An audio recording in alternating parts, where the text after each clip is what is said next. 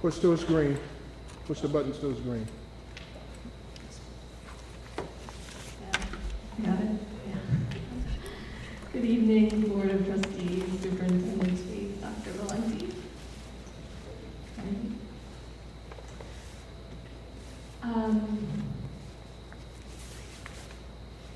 I have a couple of various comments and questions. First one is, it is almost to the day, 6 months since the bond vote, and I'd like to know what plans you have and when you plan to engage parents, employees, community members in figuring out next steps to get the money we need for our infrastructure needs. Speaking of needs, what's happened with the mansion and the emergency over there? I'm wondering, have there been decisions made, or is there more discussion about what's going to happen there? And myself and some other people have been having some conversations, and we hope that you'll consider multiple options, not just sort of repairing and going ahead, and have engaged the community perhaps in some of the decision making. Okay. Oh, Mary, good timing. Because I have a question for you. So I just wanted to, my next topic was this flyer that I've gotten, and many of you probably got from Andrea Stewart Cousins. She's up for re-election. And my question was, my memory and info from the budget, and I have just the proposed budget that then passed, but was that we were expecting a 0.53% increase in federal and state aid. Is that basically what happened? Can you say? I don't have it in front of me, so I don't want to give you the wrong number.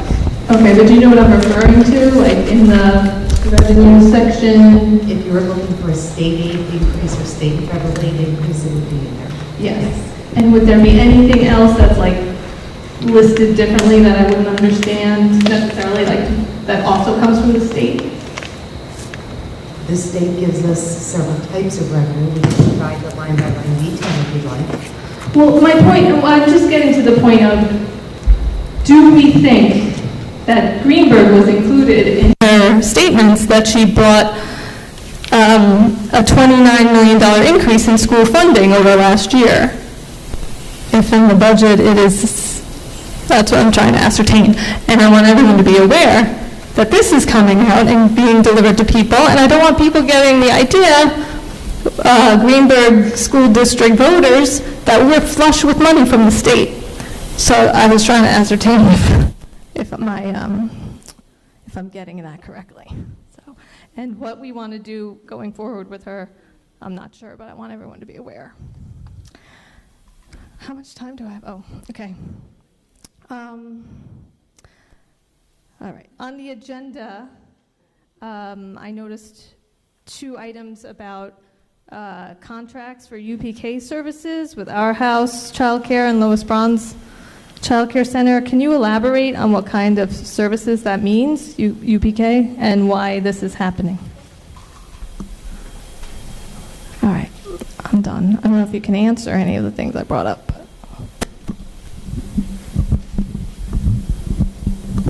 Okay, Ms. McGee, as far as the board's plan in regards to consolidation, I think as far as plans in regards to the consolidation, I think right now we are trying to get a hold of our facilities needs and figure out and prioritize fixing things that have immediate needs. We do plan to have discussions about how we move forward in regards to, well, not consolidation, but a bond to address our needs in regards to our facilities. I think I have one more. No, I don't have that. Okay.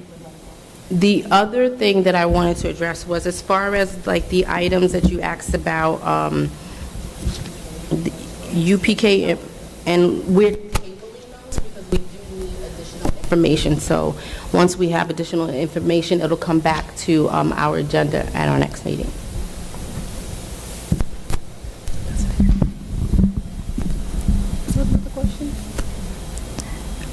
I believe you asked a question about what happened to the mansion. I think that was your Yes. question. Well, the question was more, will you be considering multiple scenarios going forward and what to do there? At the Or, mansion. yes.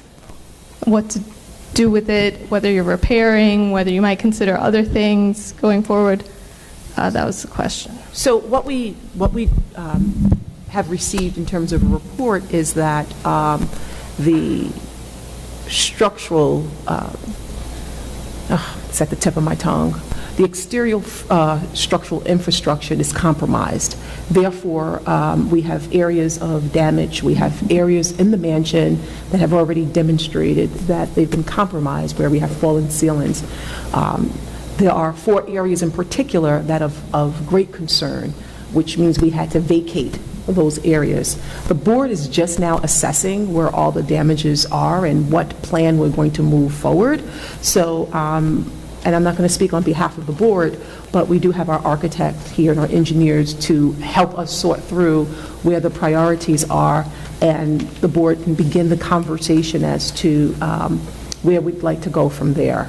But right now, the mansion will be vacated eventually so that the necessary repairs can be done. As you know, we moved our ECP students out. That area showed great concern in terms of the infrastructure, in terms of the ceiling. The plaster was beginning to fall. It has been determined unsafe for children, and we were very, very pleased that Leah Jackson made some provisions so that we can open 3 classrooms over there in addition to the 2 classrooms. We also thank Mr. Matt Smith for making provisions here at Woodlands Middle High School so that the administrative staff at the mansion will have a new home. So we will be moving here. We are separate from the middle high school. We're not part of the middle high school, but we will still be functioning as the mansion, but we'll just be housed here while the necessary repairs are taking place at the mansion. Thank you. Hope I I answered remembered your one question. more thing in my 9 seconds. Very happy to see the school messenger and everything that, you tested worked with me and my household. So, thank you. You're welcome. Thank you.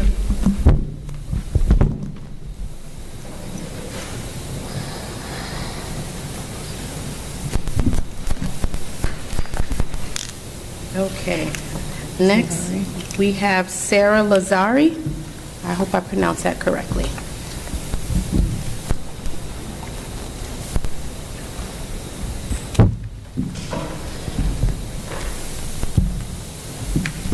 Hi, thank you so much for allowing me to speak.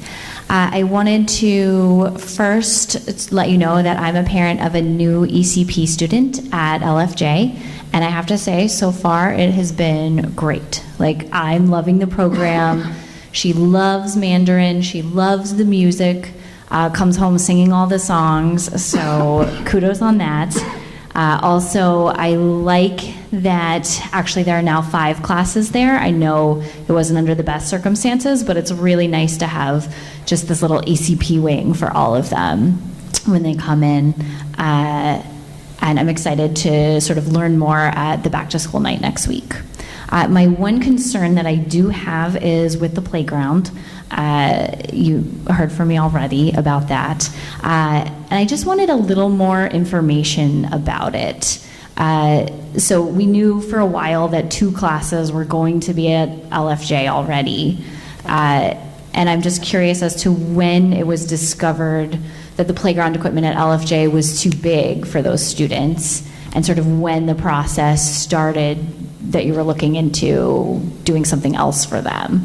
I just don't understand how that all came about, and it seems to me like it should have been a little quicker. So I was wondering if someone could explain a little more about that. All right, so Thank you for your question, and I think it's great just to clarify for all of the ECP at LFJ parents. So I'm going to ask for Mr. Mike Falcone. In fact, you can take my mic so that everyone can hear you. Oh, you can use your teacher voice. First of all, we already have in place to put a fence to separate the ECP from the rest of the school. Okay, contractors are busy, weather held back a little bit, but I was assured that this week they're going to start to move, box out for huge section on the left side of Double Jackson. Once that is done, we're going to move some playground equipment from the mansion over there, but we're also looking at putting out a budget on a new playground structure for that age group, and we're doing that as we speak. We've already reached out to several different manufacturers to give us an estimate for putting out a budget. I have one follow-up question for that. And is there money in the budget to be doing that right now, or would this be for next year? The playground will be for next year, but in my budget, we already discussed about the fencing. That was already in our plan from we knew that we would divide up the equipment that we have. Okay, so just to be clear, so there's going to be a fence, and there's going to be some of the structures that are currently at the mansion brought over for those children. Okay, great, thank you. So just to clarify a little bit more, and just so that the parents have an understanding, the new equipment was actually purchased today. So we received the final list, and so I don't know when it's going to be delivered, Mary. We got the list this morning, and it was put in requisition manager, and the order was placed today. Sorry, I think now I'm more confused. I thought that it wasn't, I thought he said it was happening next year. There's a difference between a real playground of what you're looking for, like you now have at the ECP main building. That has to go to state ed for approval. I need voter approval to put money into something like that, because that playground cost about $98,000. So we can't do that type of playground just yet. That would go into the budget process, and the voters would have to approve that we do that, and then we submit plans and specs to the state. What was purchased was different type of smaller pieces of equipment that the director of ECP said would be age appropriate for the students. Thank you, I understand now. Okay. Thank you. Thank you.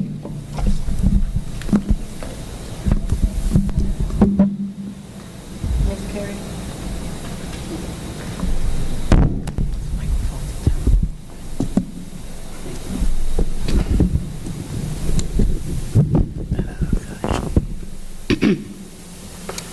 I'm a little confused. I thought that ECP was going to be repaired and the kids eventually go back to where they were, but it appears to me that if you're going to be spending up to $100,000 in playground equipment and whatever else is needed to fix up that area, that they're going to be staying there. Is that true? That they're going to be staying at Lee F. Jackson? No, we don't know that yet. That has not been discussed with the board in terms of our next steps for the I know mansion. it hasn't. Right. That's why I'm asking the question. I was listening to what was said here, and it confused me.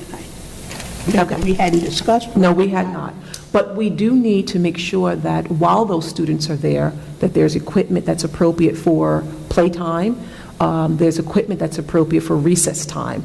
And so we are transferring some of the equipment that we have at the mansion that's appropriate over to Lee F. Jackson, and we're also going to purchase other equipment at Lee F. Jackson, for Lee F. Jackson, for the children. We have 5 classrooms over there. Before in the mansion, we had 3. So we want to make sure there's adequate play equipment, not a playground, play equipment for the children for the time that they're there.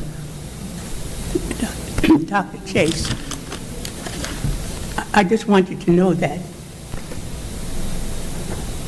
pre-K through 2 is an early childhood program. I'm aware of that. And, well, I'm sure you are, but I'm aware of it also. And that's why I'm trying to figure out why so much is being made of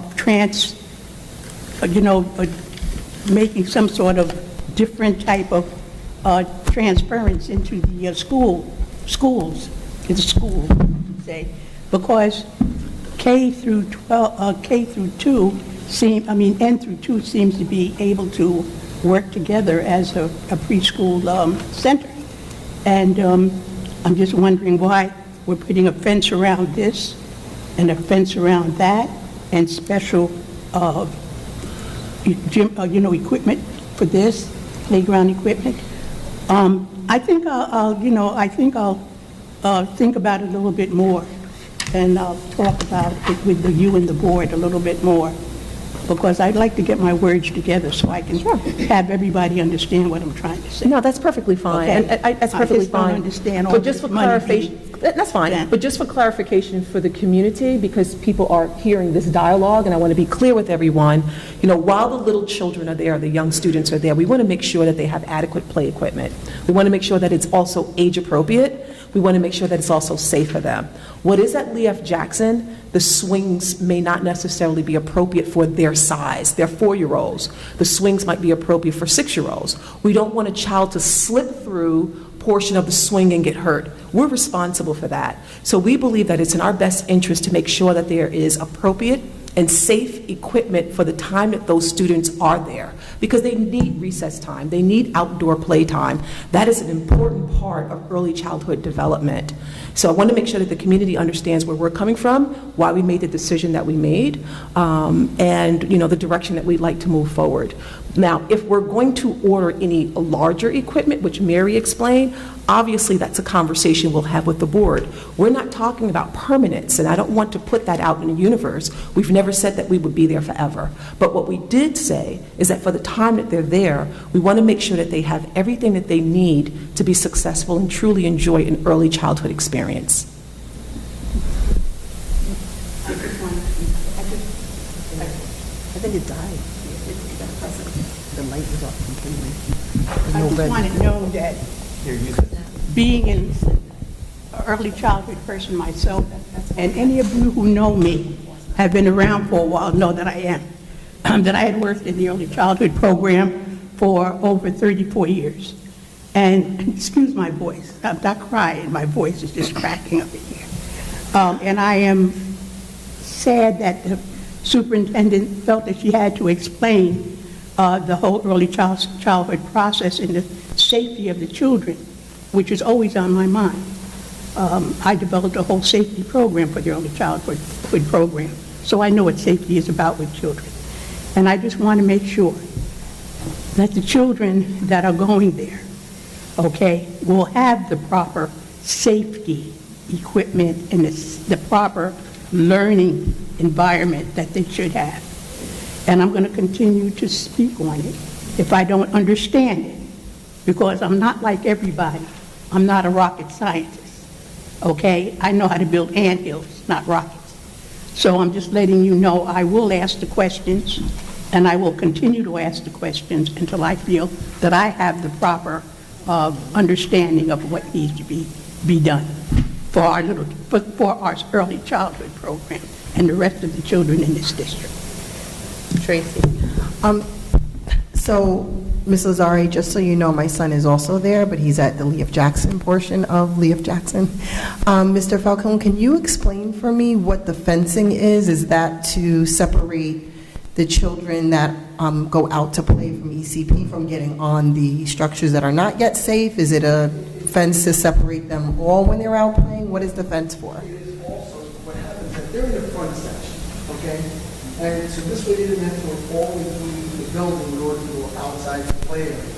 We're going to have a card swipe, but this way the door is constantly locked on that side of the building where it goes out into where the little courtyard is. Once they put the card swipe in there, the teacher can go out that way. It's all about safety. You don't want anybody driving out of their car and walking in and going in where there are kids there. So what happens is they go out, they'll play in the area to the left of the building, so this way nobody can see them playing. They'll also have green slats in it, so you can't see when they're at recess. But it's to the left of the building. This way they have access to their rooms, their bathrooms, and right out without going to the rest of the class. Thank you for explaining. You know I like the green slot so that people cannot see the children playing. That is something I really enjoy. Thank you. So what you're saying, just for clarity, is when I'm driving into Lee F. Jackson, I would not be able to just enter or walk into the field area that goes around the back of the school. It would be kind of fenced off. Okay. All the way down to where the tree is that's there. Okay. Please don't leave in there for that. Can I just ask that, and I don't know if this would happen through the CEC or the superintendent's office, that maybe we also, or at this meeting, ask for feedback from any community members that live there. I don't know if any community members do utilize our fields to, to walk around or to play or anything. Not a large group of people, but maybe 1 or 2 families. I do know at the beginning of the year, the PTA has a meet and greet in that area. So if we did fence it off, which is fine by me, I actually am okay with that idea. I do think that it may affect some people, definitely, for example, the PTA that comes in the beginning of the year.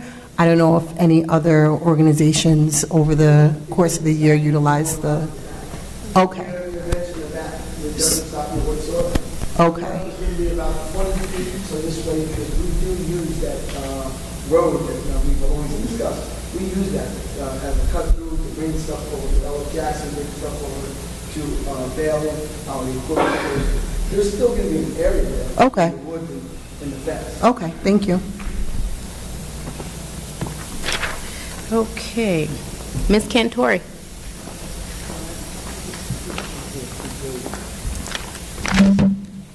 Good evening, everyone. My name is Lorraine Cantori. I want to make a couple of comments. I appreciate Ms. Cora Carey and Dr. Chase for talking about the early childhood.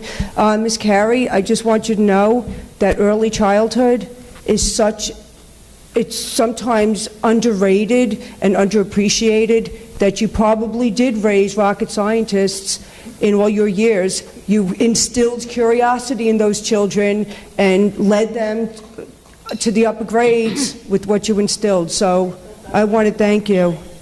Yeah, I know, but I just want to say that because you never know what you never know what you release to them. They take it in. And I thank you for clarifying, because there's people at home that want to know the specifics. So I want to thank the both of you for that. Okay, so I'm on page 5 of 11.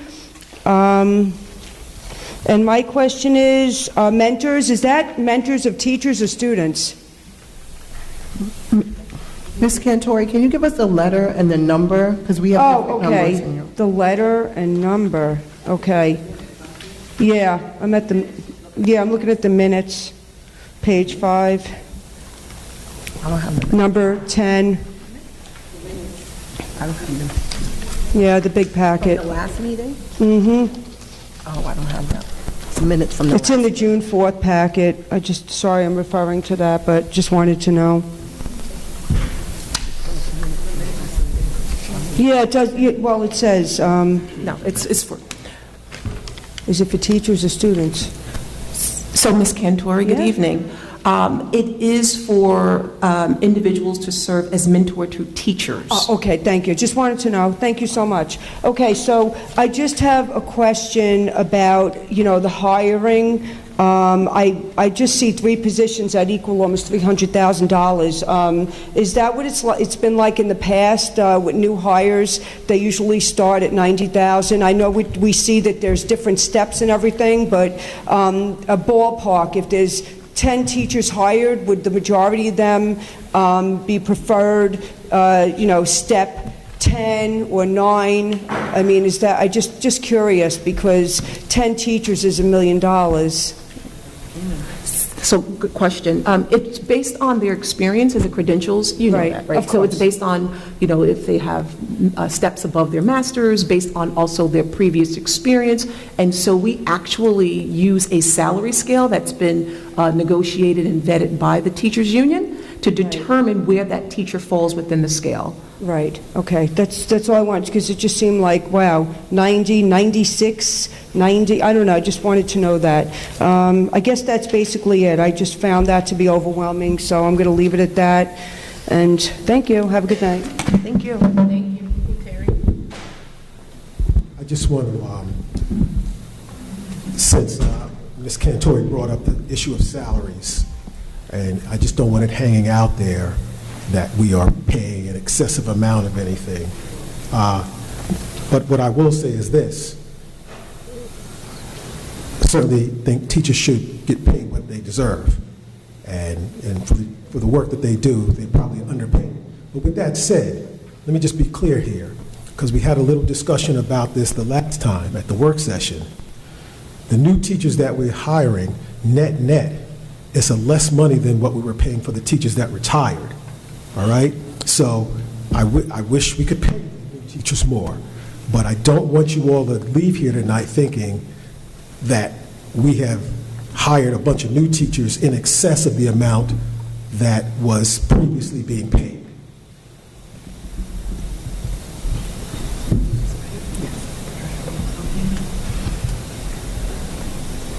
Okay, we have Miss Patricia Weems.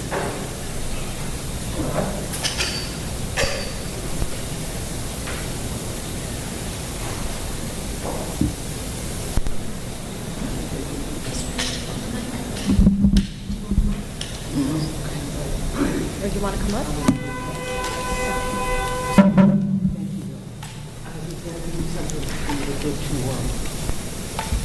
To each one of the board members.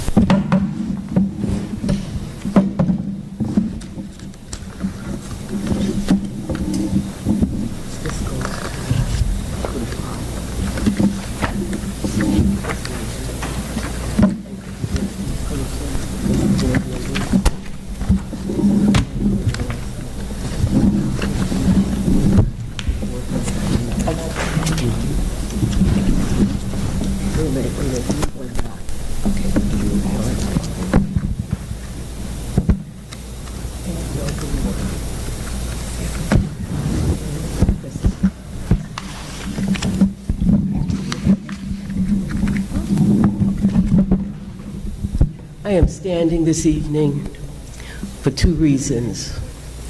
Every time I come here, there's a problem for somebody who is disabled. I, who am not a disabled person and refuse to be one, recognize what happens when how frustrating it is to come someplace and expect a door to be open and it's locked. Come to the meeting and climb up the stairs at the mansion when we could have it someplace else. Do you think I'm the only person that comes here or would like to come to a school board meeting but recognizes the inability to do so? This doesn't help. If we're going to have open meetings, we're going to have open meetings. Make this the last time that I come here and the door is locked. I don't know who I'm going to report it to, but I will report it. I think it's unnecessary, and it tells me something. You don't want certain people here for whatever reason. So in the future, I hope that we can see to it that we look and see how we can help the needs of those people who cannot easily do certain things. One is walk and climb stairs and come downstairs with 2 canes. Okay? Thank you. I have like 5 issues, and I know 5 issues are not going to get it. I want to thank Cora Carey also for elaborating on those questions, because I still don't understand why we're buying new equipment. Are we getting equipment that we already have and can't move? That was one. And if so, what are we going to do with the excess? Is it just there? And what do we do with it when we no longer need it? How do we transpose it? I have questions. And May 25th in 2019, we had an episode with Solomon Schechter School. And what had transpired was, for those who don't know, one child's face was painted completely black with enlarged red lips. Now, this was late in the year. I thought I had given a copy of the letter to the new trustees, and I passed it around again just in case I did not give it to you. You all had ample opportunity and time to come up with what you plan to do.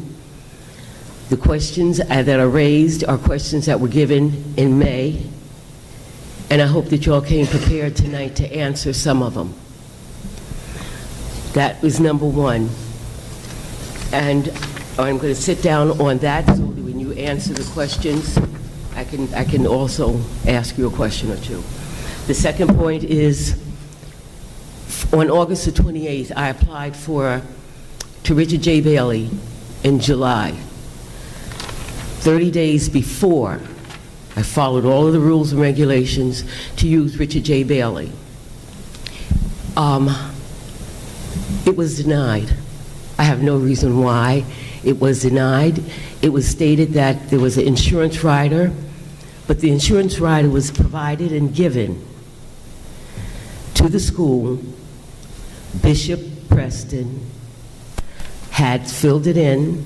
They used the rider before, but all of a sudden, it was not acceptable because I was not a member of Christ Temple. I'm the president of the Fairgrounds Civic Association, and he's in the Fairview Civic Association. His church is. I put it in my name because it was a meeting for our both communities. We work hand in hand together, Fairview, Fairgrounds. However, the president of the Fairview Civic Association died.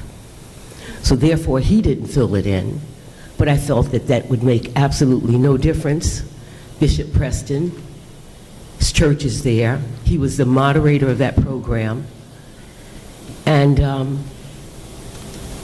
the board, I'm not going to say the board, Ms. O'Neill and her staff sent a notice to the insurance company stating that I'm not a member of his church. That had nothing to do with it. They did not contact him. They could care less that a bishop is working within his community, and they were not going to recognize him and call him and give a common courtesy and say, oh, one day before the meeting, August the 28th, we received notification by email that the meeting would not take place there. And I said, well, I'm going to go there anyway, and I will be there, and you do what you feel is necessary as a board. Well, the board sent Chief Ryan of the police department and 3 patrol cars over to Richard J. Bailey, because obviously if you get a group of African Americans coming to a meeting, and there were white people there too, no, there were Caucasians there. I no longer use the word white because that's white institutionalized racist, and I don't do that to the people I grew up with and recognize that they are not that type of an individual. There were Hispanic people there, African Americans, and Caucasians, all of them members of our community. And we were met by Chief Ryan, who was very nice, and like I said, 3 patrol cars. Now the patrol cars were parked at the exit of Richard J. Bailey. You come out, and on that exit side, you know, that's where the patrol cars were. I have no idea why the school, Richard J. Bailey, had an excavator contractor that ripped up the whole entranceway to Richard J. Bailey's back. You come in one way, come around a half circle and go out. Completely ripped it up, right? The center. And that truck was working at 6:30 outside at night. And this is 3 days before school started. Why would you wait until the end of the day, 6:30 at night, less than a week before school opened, to tear up the entranceway other than to block anybody from coming in? So naturally, I'm just going to go along with, I don't think the police department came there and parked at the exit sign so that people would not come in. Several people called me and said, Pat, I didn't come in because I saw the police cars there. And I facetiously had told people, listen, y'all come get me out of jail. If you can't get me out of jail, bring me some Popeyes. You know, bring me some, you know, chocolate chip cookies. But that's disgusting. How dare a school block a meeting that way and then say, oh no, I didn't, I'm just trying to figure out the rationale. I'm not finished. So am I. But my time started when I was saying coming in the door that was locked. That was not supposed to come in my 4 minutes, but it did. So I'm just saying that, no, that was a preamble to what I had to say. And I am going to finish saying that anytime you block a meeting, it tells me that there's something wrong somewhere. I don't... Oh, yes, my question. My question is, why were we not permitted to use the building? That's number one. I didn't use it. I was courteous enough to stay outside with my meeting. But I think the board should be aware. And my question was, were you aware that this had transpired? If not, who was responsible for not telling the board? And what bothers me is the board is never informed on anything after the fact. You send a class to a overnight trip, pay the bill, and then ask the board to sign off on it. I don't like that type of business. A day late, $1 short, always wrong. I don't like it. Nobody should have to tolerate it. Now, I will sit down and ask you to answer my questions. I would appreciate it, and that's on the Solomon sector. And I'd like to hear input from the board, especially the new members, on what you feel should be done.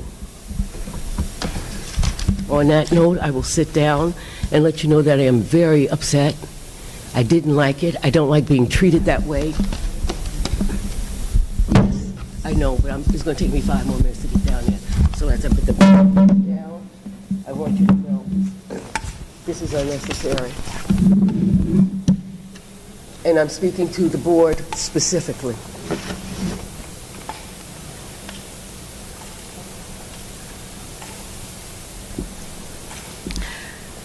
Okay, so Ms. Weems, as far as your question, was the board aware of what happened on the actual day of the meeting? We were made aware by the superintendent.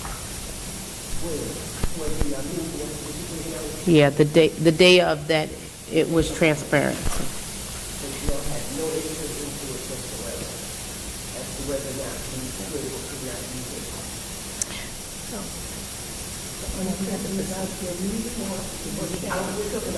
The meeting.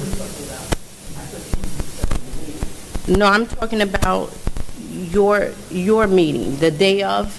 We were made aware of what happened that day. Yes.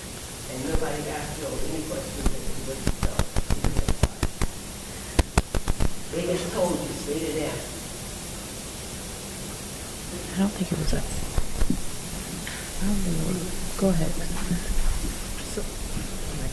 Things are not working. Okay, so Mrs. Williams, you said a couple of things. So clarify if I mess up. So you said that you, a month ahead of time, filed for use of the building, 30 days ahead of time. We don't get individual building use requests. So we would not know that you requested the building. Under Ms. O'Neill, the facilities department handles all that. They do go by our policy, which, as you mentioned, you must have insurance. It sounds like something happened there with the insurance, which we're not aware of, because again, we don't get into that. So there could be 100 requests for facilities use, whether it be the building or the outside facilities. And 10 could be denied. We would not know any of that. We were made aware, as Madam President said, that there was an event happening that was not approved, authorized or approved that day, and that was it. And that police were on the scene. That was it. We were not told that it was you. We were not told that it was a facilities request that was denied, because we normally we don't get that level of information. We were just informed, as the superintendent always informs us, and then that was it. So that's the extent of what we knew about that particular situation.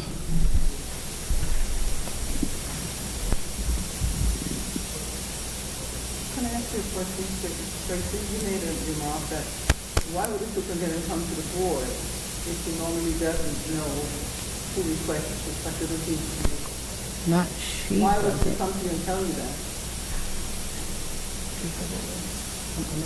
Because the reason why that was told to us, because it was an unauthorized use of the facilities at that time. So she made us aware of what was happening, and especially if police or anything like that is involved, she will let us know anything like that.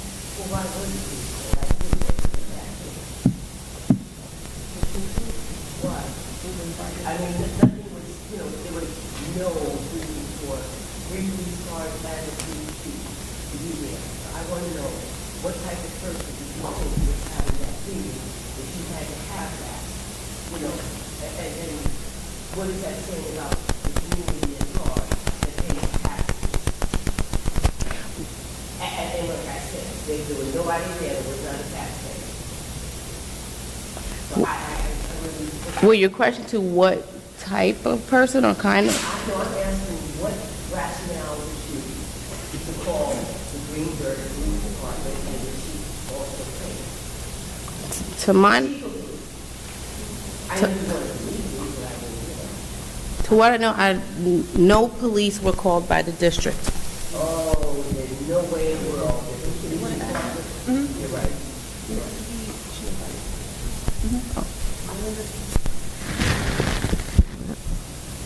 My understanding is that the police were invited to a... You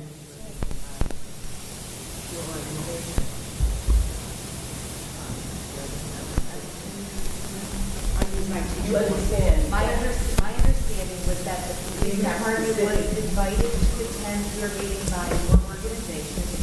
And the insurance issue in question was because the insurance company would not put the district down as additional insured. That's the reason it was denied. And you called the insurance company. You called the insurance company. Me personally, no.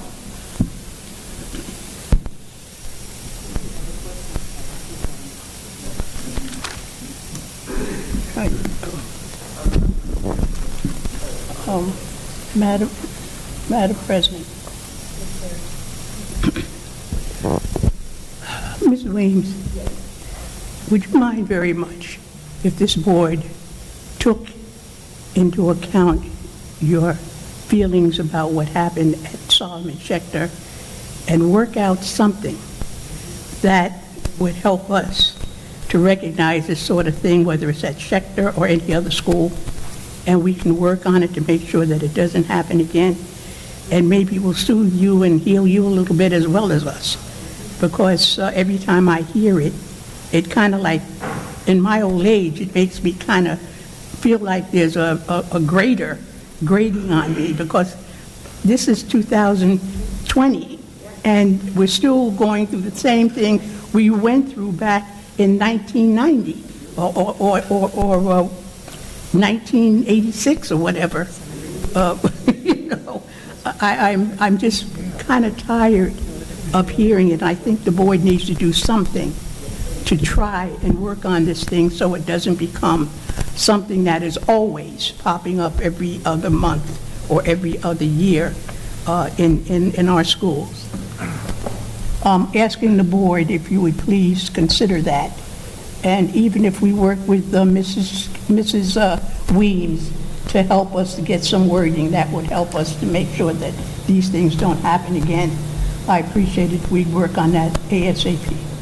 There's a committee that we have somewhere that I'm sure can address this. So just for the community's information, and then thank you for that, Ms. Carey. It's a great segue into the next point. Just for the community's information, we did take into consideration Ms. Weems' feelings and some of the concerns that Ms. Weems brought up. In fact, the district went as far as bringing Solomon Schechter and R.J. Bailey together. And so I'd like to, yes, we did. So I'd like to ask Dr. Valenti to just share with the community the work that we have already started and the work that we will continue to do to address the concerns that Ms. Weems have brought up. So Dr. Valenti, please. Thank you. Thank you, Dr. Chase. As the board and superintendent had agreed at the end of last school year, we would develop a plan for professional development for all of our faculty. So during the summer, the superintendent and I met and identified Dr. Teresa Williams, who knows our staff very well and has worked with them in the past. She also has worked with students here in Greenburgh. She came in on the conference day, the second one. As you know, we had 2 conference days to open up the new school year. She worked with the entire faculty at Bailey in the morning. I personally was at that particular meeting. It was very well received. And then in the afternoon, she met with the entire middle school and high school faculty. Each of the sessions ran approximately 2 to 2.5 hours. They were structured around concepts of cultural norms, racial ethnic sensitivity, and areas that she brought to the attention of the faculty and questions that they had with respect to interaction with students and understanding all students within Greenburgh. We also have a session planned in October with our ECP, Highview, and our LFJ faculty, and that will have completed the first cycle of meeting with the entire staff. Phase 2 begins after that, where Dr. Williams and the administrators and I will begin to look at individual schools and individual approaches that we believe, based on the original sessions that I just mentioned, would portend directions as we go forward. When we hire staff here, are we taking into consideration that this is a school of diversity? And are we hiring people who have no idea or they're clueless as to what is culturally insensitive? Why are we hiring someone that does not have the qualifications to deal with these types of things? No, as a matter of fact, we do take diversity very much into consideration. One of the questions that I'm sorry? That on any of your statements when you send them in stating that, this school is a diversified school. You don't have any of that on any of your job offers, none of them that I've read. And this is from 2018, the last one. Dr. Valenti, can you finish? Explain. Yes. Thank you. We do speak of Greenburgh quite publicly about a rich, diverse community. And one of the questions, as I was saying, that I asked every candidate is, are you familiar with the community of Greenburgh? And are you familiar with the diversity? Have you visited us? And in what way have you visited us? Many instances, they will talk about looking on the website. Other instances, individuals know families here within the community. But there is a probe of their knowledge of the community, sensitivity to the different groups that constitute Greenburgh, and quite frankly, the fact that we're very proud of that diversity. So that is part of the initial conversation in hiring. Also, I would note we have brought on board this particular year, and you and I have had this conversation, a number of candidates of color. But you only have one at Highview, one at Jackson. So that doesn't, you're discussing 3 employees. No, I have actual numbers, and you're on the low end on that, Ms. Williams. Yeah. Excuse me. I just want to say, we need to move on. I mean, it's 9:15, and I made a suggestion that we work with Mrs. Weems to make this thing a better community acceptable situation, and I'm hoping that you do just that. And we can disperse now and move on to something, because we know we have a diverse school district, and we don't have as many diverse staff members as we'd like to have.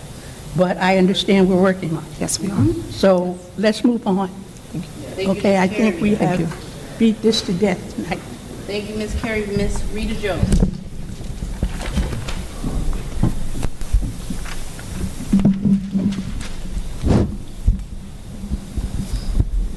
Where's the button, Stephen? Oh, it's on. Hello. Okay, good evening, everyone. Is it on? Yes. Good evening. I have some questions and some comments. The first one is, I think it's item D, instructional. You have 3 people on page, I guess you don't have the pages, right? You're on the computer. Page 5, as new positions, I'd like to know why. 8, 9, and 10, it says new position. Page 5. Page 5. Yeah, that's one question I have. And then on page 6. Okay, we're hiring, I guess, a master scheduler, and maybe I'm not clear on this. I would think a scheduler would have been here before the year began, and not now during the year. Somebody would clarify that, what that means. What is the person doing now? Are they preparing, because you say ending August 31st, 2020. So what is the person doing now? Because schedule should have been set up all along. That's the second one. And, okay, do we now have in our budget monies to repair different schools, not just the administration building? Is that in the budget? Because I think all the schools need repairs. And I'd like to know, did we also have money all along for repairs if the schools are all in disrepair? It seems like all of them, particularly R.J. Bailey. And also some time ago, someone mentioned child care from when you have meetings. I'd like to know how that is going on, and has the attendance improved if you've been having this paid child care, for adults coming to meetings? I think those are my questions.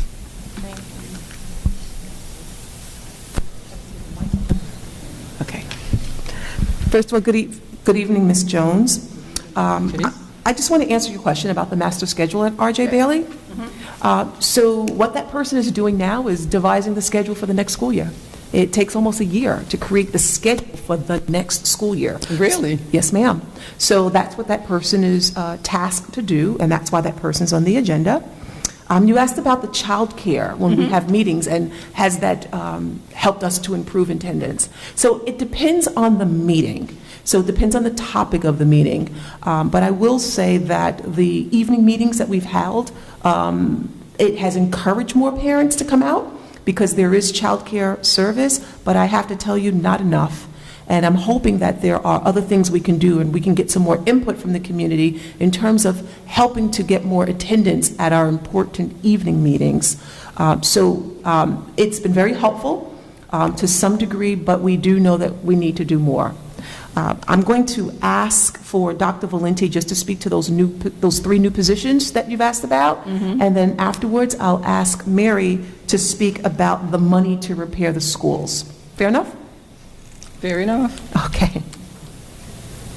Okay, Samantha Rangeletta, I think, is the first position you asked about. Yep. Samantha is a 7 to 12 English certified teacher, and the reason for her being on this particular agenda is in order to cover courses that are both remedial in nature and cover teachers who are now teaching IB English courses. With the expansion of IB, there is a need for an expansion of staff. As a matter of fact, our DP and MYP coordinators are both English certified. What do those acronyms mean? I'm not in education. So we created a need for an English position at the middle high school. Okay. Our second function is we've increased our academic intervention services, and we're now working directly, more effectively, we think, with students who are reading below grade level at the 7th and 8th grade. Dr. Valenti, you probably didn't hear because of the microphones, but Ms. Jones asked about the acronym MYP, and she asked about, I believe it was DP. Right. MYP means middle years, and DP is diploma program. It's an IB designation. It's an acronym for them. Diploma program indicates the individual who coordinates the 11th and 12th grade program. Middle year program, MYP, are basically your middle school years leading up to 11th grade, so 7 through 10. Do we have a complete IB program now in the district? Because I know it was not. We have our first cohort, Cohort Genesis, with approximately 25 students who are in the full diploma program, and then we have approximately another 40 to 50 students who are currently enrolled in IB courses overall, yes. I think there was one more question. And then there were two staff members you asked about who are teaching assistants. But there's two. Well, the first one I explained, Ms. Angeletta. The remaining two are teaching assistants. They are new positions that we had to hire for the additional classes with the full-day 4-year-old program at the Lee F. Jackson School. Early childhood. You mean you expanded the program this year to include more children? Is that what you're saying? It's now about 142 Greenberg residents involved in the program, yes. Okay. And I might say that we're operating very much within budget. In fact, we're under budget on personnel at this point. We're not finished with the hires, but we should be by the next board meeting. You say you're operating on the budget? Under the budget that we had to deal with, yes. Okay. I'll report the final figure when we have it. I don't want to report any figures now. But our goal is to come in under budget and satisfy all the needs of students. Okay, Okay, Mary, and you is a- answered the last one? Right, which is, Can we just I just want to clarify about ECP. So because Dr. Please correct me if I'm wrong, we opened 2 full-time classes. So we went from having 3 half-day classes to having 4 full-time. all of our ECP classes are full-time classes in the district. So every student, every 4-year-old has the opportunity to have a full-time experience at our school, whether they are at the main building or whether they are at Lee F. Jackson. Right, so, and we opened, I'm sorry, go ahead. it's okay, so we opened 2 Additional classes. That's correct. And so what you're answering is that 2 of the staff that we're hiring are going with the teachers that we hired in those 2 new classes. So I just- We went from 7 classrooms to 9. Thank you for that clarification. So the whole of ECP now is full-time? Yes, ma'am. We have a full-time program, and I'm going to speak a little bit about that during my superintendent's statement. Okay. Mrs. O'Neill. Okay, so in May of 2019, the community approved $1.3 million to repair the mansion roof and the high school elevators. What year? May 2019 for the this year. 1920 budget. So that money is sitting there waiting for final results on everything. We then have to go and get state approval to spend those funds. I'm not clear on that. When the community approves something, you still have to go to the state? Absolutely. So even if you want to do, we'll use the playground as an example. Even though the community says, go ahead and spend X amount of dollars, we then have to go to the state education department. We've got to work with our architects. They have to develop plans and specs. They get submitted to state ed. State ed then reviews them, make sure we're in compliance. They give us permission to actually build. Once we get the permission, then we have to go out to bid. So there's a whole bidding process. So anytime we do any kind of project like that, it's going to take a good year at least by the time the voters say yes, and then we can start moving forward. So we do have $1.3 million sitting there that was earmarked for the high school elevators and the mansion roof, which the board had designated last year. Prior year, we had $265,000. Of that, and the voters approved an ECP playground, and they approved exterior doors at Jackson and Highview. Right now, we are getting the plans and specs ready for the Highview and the Jackson exterior doors, so you've got about $165,000 already set aside for that. You have approximately $440,000 in a repair reserve that is sitting there waiting for the board to determine what to do with that. That will require a public much? hearing. How much? About $440,000. I don't have the exact number with me. It's okay, I won't hold you to it. But the board has to have a public hearing in order to do that. So once we have the final reports from the architects, engineers, I'm sure the board will set a public hearing. Okay, so We also have the Smart Schools funding, which is no cost to the taxpayer, that we've applied to the state for. That's about $440,000, and that's to do the secure vestibule. Then the district also has funds in a reserve called a retirement reserve that the board will have to have a public hearing for to move to a repair reserve account. okay.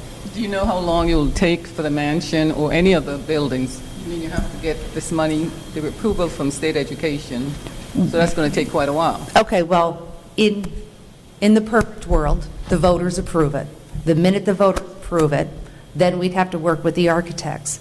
Depending on the size of the project, it could take the architects anywhere from a couple weeks to several months to design. And then once it gets designed, it gets submitted to state ed. So that's in a perfect world. If there's an emergency like we had this past year with the water main and the boilers, the state allows us, providing the board declares something an emergency contingent expense.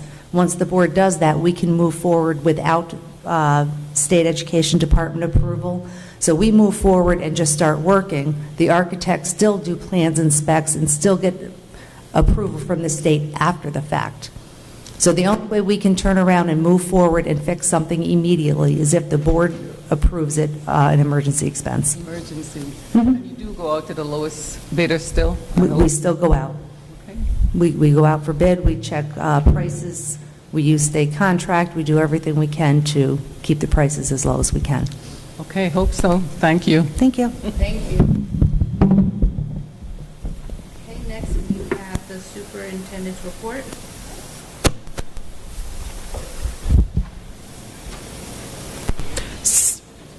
So I'm happy to report we had an excellent opening school week, opening day. Lots of smiling faces, a lot of goodwill, a lot of excited teachers, and just as important, a lot of excited students and parents. And so I want to thank our community for helping us to open our doors to our students in a way in which I think we all can be proud of. I'm going to encourage the community to continue to go onto our social media so that you can see the pictures and you can see the videos of our opening day. No matter how long you've been doing this, the first day of school is always exciting. And so I think it was absolutely excellent. We talked about ECP just briefly, and so Ms. Jones raised a good question about ECP, and I have to say that it kind of bothered me to hear that there are still people who don't know that we have a full-time program.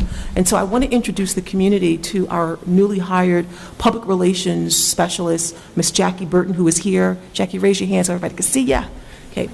I think, Jackie, we have to do a better job at getting the word out that we have a full-time program, because I know Ms. Jones is heavily involved in the things that are going on in the district, and for she not to know that, and we've been talking about it, it means we've got to do something a little bit different.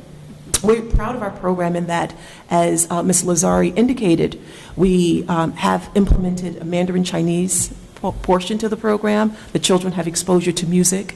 The children have a full complement of STEAM offerings, as well as ELA, math, as well, and history is sort of embedded in that.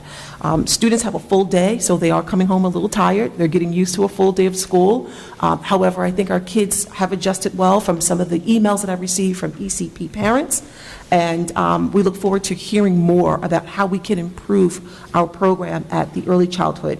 Many of you have heard that we had to close the mansion, and so I want to be clear with the community that the students who were once housed at the mansion are now at Lee F. Jackson. Lee F. Jackson has sort of an ECP, if you will, wing that's dedicated just for our early childhood students, and so there are 5 classrooms at Lee F. Jackson Elementary School, but we still have the main building open, Ms. Weems. So the main building is still open. The children are no longer in the mansion. They're now all at Lee F. Jackson. There were some questions with regard to ECP that I think I need to clarify for the community because it still might be a bit of confusion to some. And speaking of ECP, and that's Picture Day. So I heard some chatter that there are some parents who wanted to know more about Picture Day, and I see some nods in the audience. Picture Day at ECP, the main building is Thursday, September 19th, and maybe we'll put a flyer out on the website and on our social media. That begins at 9:45. There's nothing like ECP pictures. Then for those students who are housed at Lee F. Jackson, Picture Day is Friday, September 20th, and that will begin at 9:45. And we'll put that on our social media. It'll be on our website. So if parents are still asking questions about it, we can refer them to social media and website. But of course, they can always call the director of ECP to get clarification. I thank you also, Ms. McGee, for bringing up School Messenger. We're always looking for ways to improve how we communicate to our community and with our community. We talked about thought exchange and communicating with our community, but School Messenger allows us to communicate to you all in different modalities. What we realize is that some parents appreciate receiving emails, some parents enjoy the phone blasts, some parents and community members enjoy getting a text message. So there are different ways in which we can communicate, and you'll get the same message pretty much at the same time. And of course, that message will be posted on our social media app. That message will be on our website. That message will also be on our different social media, Instagram, Facebook, and Twitter. So we want to be able to give people various ways in which to find out more about the district and to get important information. We thank the community for their patience as we were testing School Messenger. I know we've called you several times. There's a test. Get ready. You probably got a couple of text messages. Here's a test. And many of you have already opted in. Some people have already opted out. If you don't want the text message, you do have the ability to determine how you receive information. If you need more clarification, because this isn't the venue in which to do that, we ask that you please send an email to team@greenburgcsd.org. Again, that email address is team@greenburgcsd.org, and you can find that on our website and social media as well. Okay? I want to thank those parents and family members and guardians and community members who've already visited our back-to-school night at Highview Elementary School. Our other schools will have their back-to-school night coming up. I encourage you to please go onto our site to find out when those events are coming up. But just for clarification and for the information to the community, Wednesday, the 18th, Woodlands Middle High School will be hosting back-to-school night for our community, and that begins at 6:30. The next day, Thursday, September 19th, Richard J. Bailey will host their back-to-school night. The Early Childhood Program will host their back-to-school night on Tuesday, September 24th at 6 p.m., and Lee F. Jackson changed their date, and I think everyone was informed about that. Their new date is September 26th at 6:30 p.m. We encourage families to come out to back-to-school night, because back-to-school night is more than just meeting the teacher. You actually learn about what it is your child's going to be exposed to. You get to ask those questions, not necessarily questions about your child in particular, but questions about the curriculum, and you get to learn more about the school culture. So it allows you that opportunity to come into the schools to learn about what it is your child will be learning, because you're going to be learning right alongside them. And so please come out, please support our school district.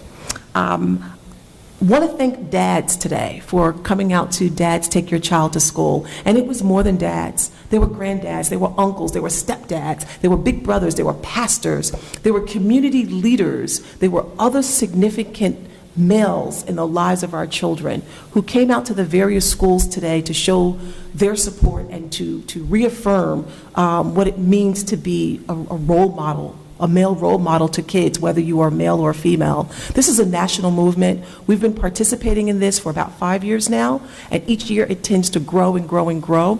And so I thank those dads who came out and who actually spent the extra time to come to the superintendent's breakfast. Actually, it's the superintendent and board's breakfast, because we've been doing this together this morning, and I thank Mr. Panetta and Mr. Warner for participating in that this morning. I think it meant a lot to the dads to see, you know, some of our dads here as well, and all the individuals from the high school who participated. So I thank you for that.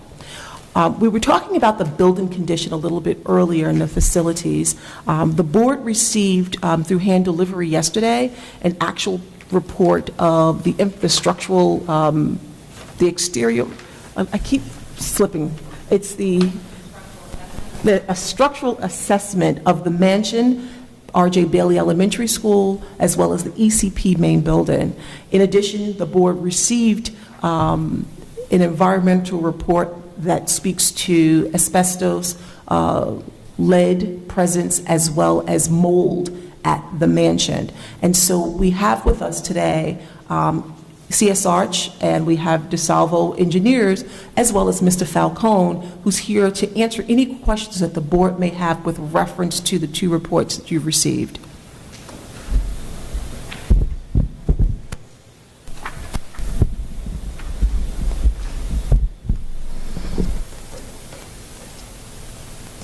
Okay, I have one question that I remember that because the issues come up before.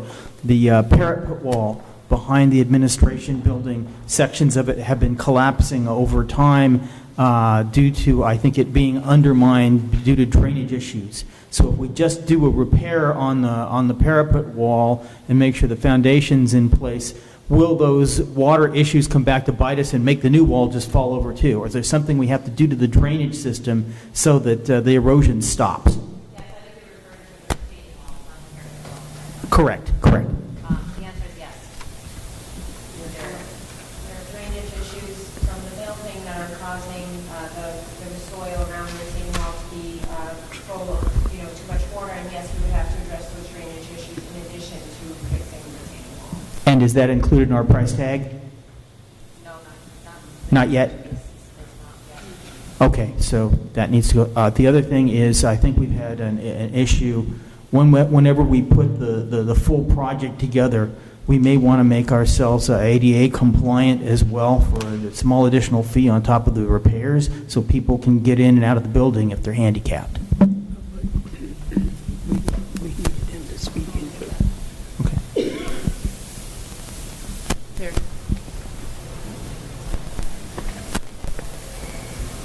Are you going to ask them questions? Yes, I am. I would like to have them have a microphone so that we can hear them. I can't hear them. I need them to have a microphone. Lisa has the microphone tip.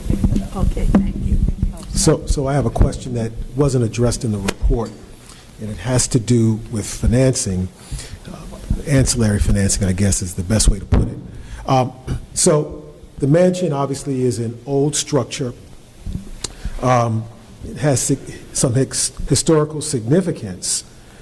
I'm wondering, in your experience, would this building somehow qualify for some national landmark status or something like that? And if we could somehow get some financing to restore it, do you know anything about that?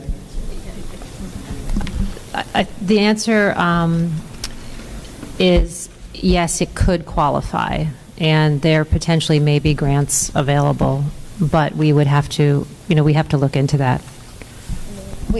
We would also look into the fact that when you do qualify, you are put under certain restrictions, and so, for example, a roof, if you're replacing a slate roof, they might have an opinion on what you replace it with, and so we would have to look as to whether it's in your benefits. There are certain filings that you have to go through and research documents that you have to submit, so, and those cost money, so we would have to, before going through the process of getting the property registered at the National Preservation Society, you'd have to look through whether it's in your benefit in the long term. So certainly, from a fiscal standpoint, we should look and see if it is in our best interest. But is there a way to somehow qualify it first? I mean, is there somebody who comes out for a nominal fee and says, determines that, hey, you've got something here? Or is it kind of like a roll of the dice?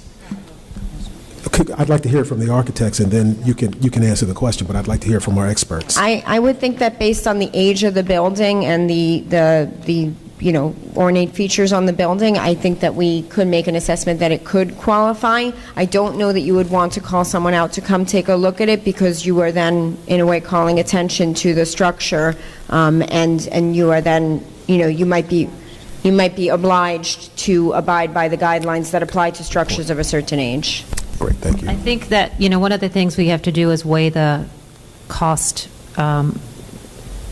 benefits of registering versus the grants that you would receive versus what it will cost now to repair to a different standard of historical preservation.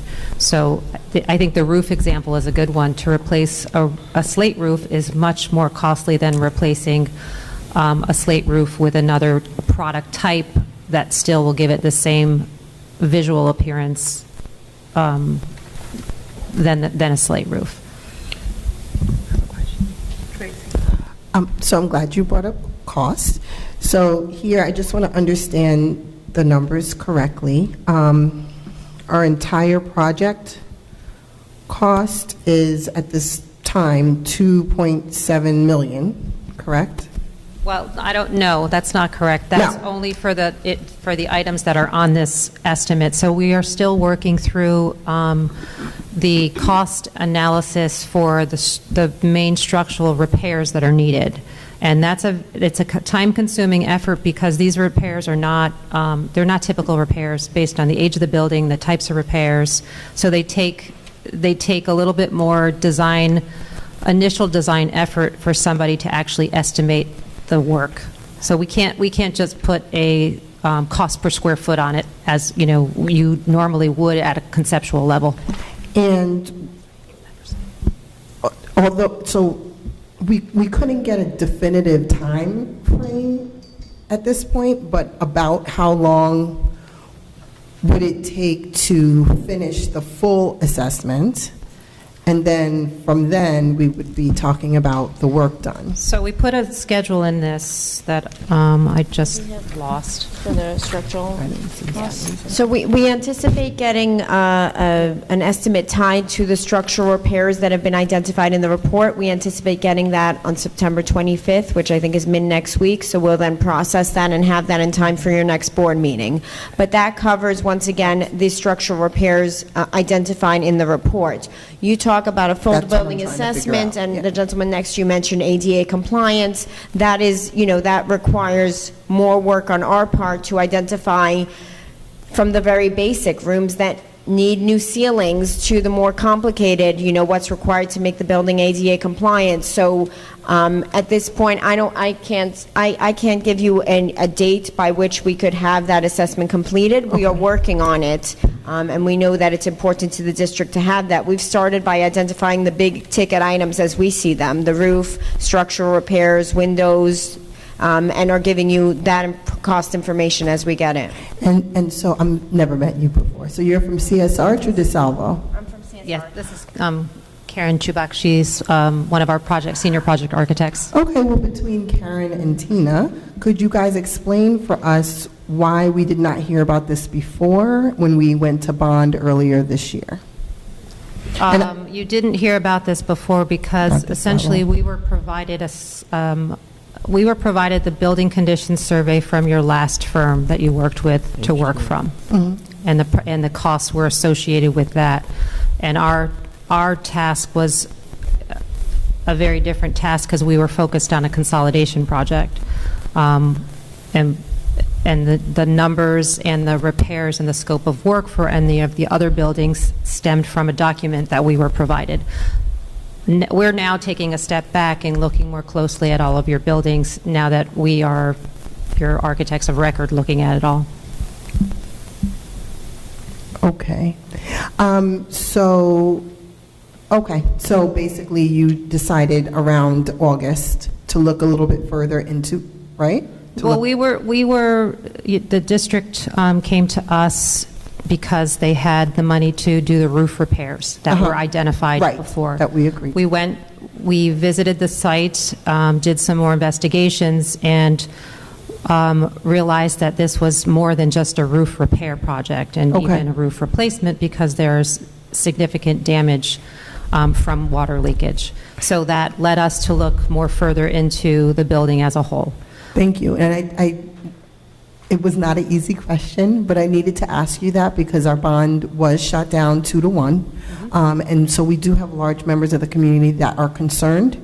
with how we're now having an issue with the situation. So I think we do need to be very clear and very transparent as to how this came up, when it came up, why it came up.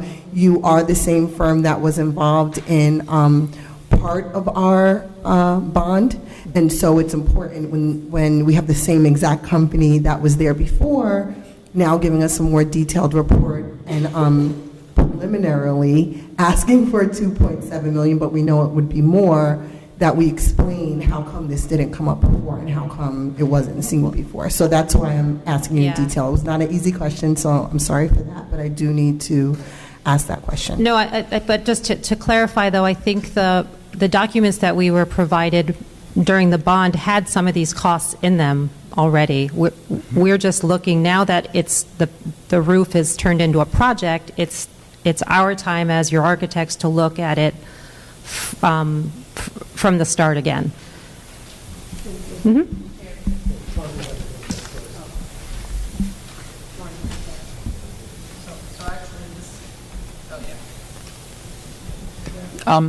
segues into the question I had for our attorney. I'm not supposed to have. Well, it has to do with landmarking, since you brought up the issue. Your mic's not here. No one can hear you. Well, there you go.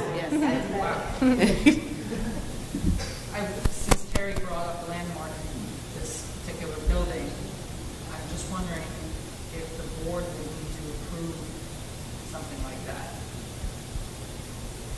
Would need to approve Landmarking the mansion, so as to be able to have access to grant money to repair it. That would be something that you would start out and just research whether it could be landmarked.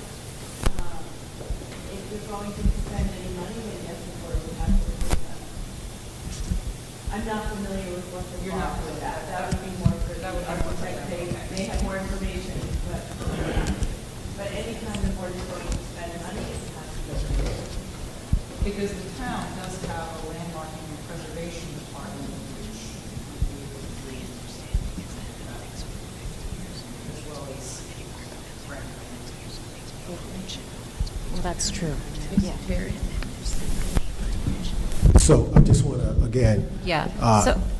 Sorry. I'm sorry. Go ahead. I don't know if this helps clarify that SHPO and National Landmarks are two different agencies. So any building over 50 years old has to go through SHPO, which we would do as part of the process, because they have to give the authorization that you're not dramatically affecting the appearance, changing the appearance of a building or any significant impact. So that's a different agency or different avenue that we will be taking as well. So I just want to clarify something here, because I don't typically like to contradict a colleague, but when a colleague says, why weren't we, meaning the board, notified about something,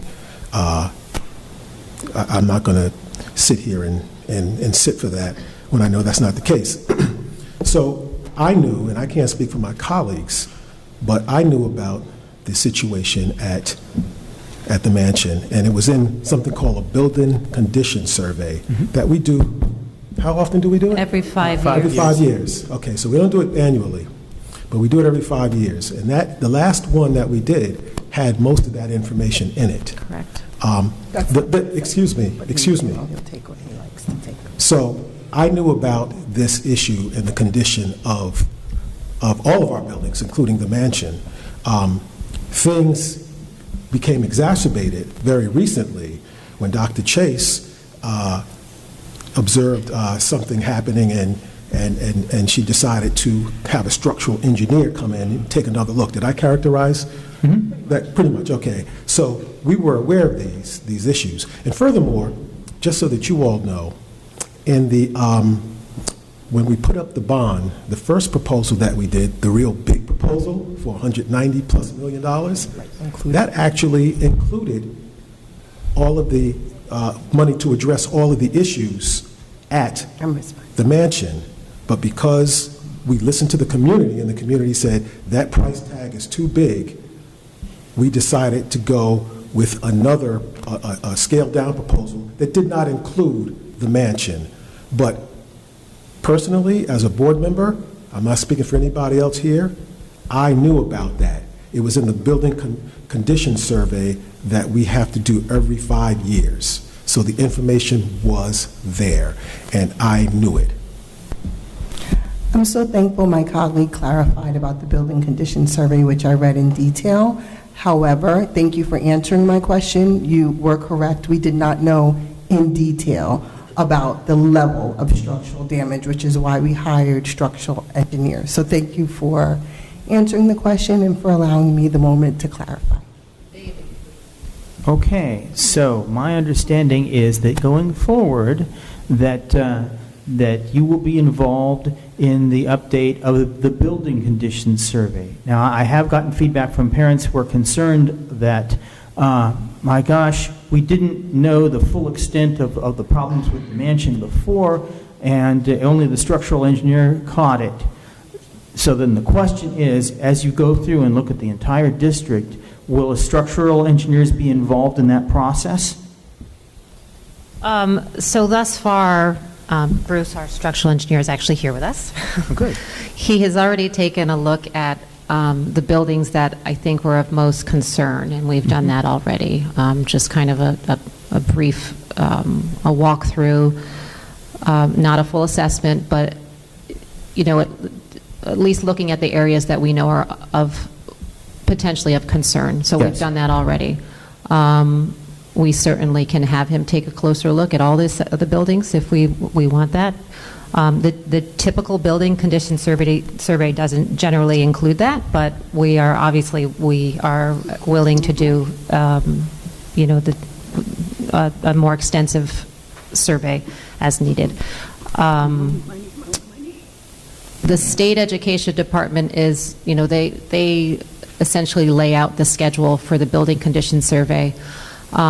So we just need to sit down with Mary and come up with a schedule of what the expected date of completion for these are, because the state has changed their protocol and they haven't actually issued anything yet.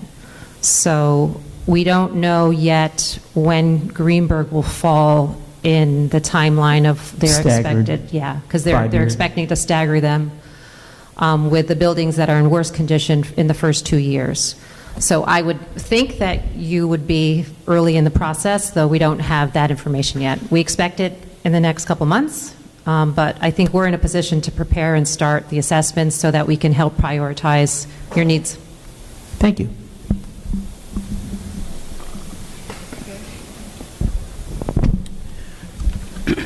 I'd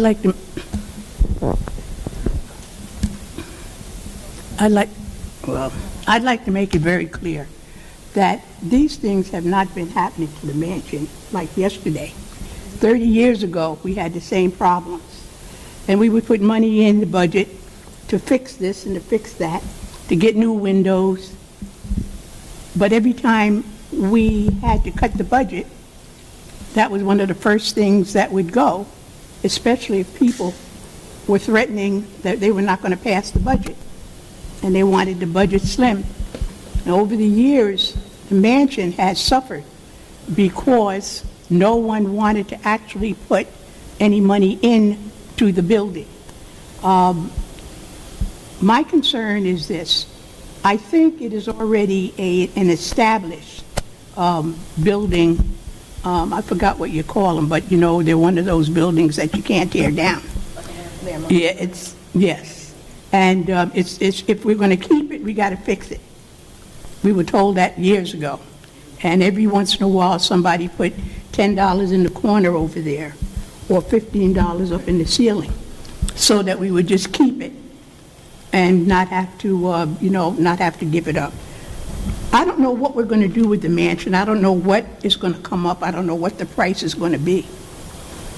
But I will say this to you. We would be giving up a fabulous piece of history if we don't fix the mansion and bring it back into the community. I know a lot of people may not think that you're not from here. You didn't grow up here. You didn't come to this school, you didn't go to the mansion when it was the kindergarten or the early childhood program. It is a wonderful place. It is history here in Greenburgh. And we need to make sure we keep it that, because we don't have many things in Greenburgh that's historical, that belong to a school district. They mostly belong to the town. So I'm saying to you, this magnificent building that we call the mansion needs to be well taken care of so that we can make it the building that it should be. And even if we don't use it as classrooms, we can use it as something for the community as well as the administration building. So I just want you to know this thing didn't happen yesterday. It's been a long haul for the mansion, and the mansion has been put aside for many years.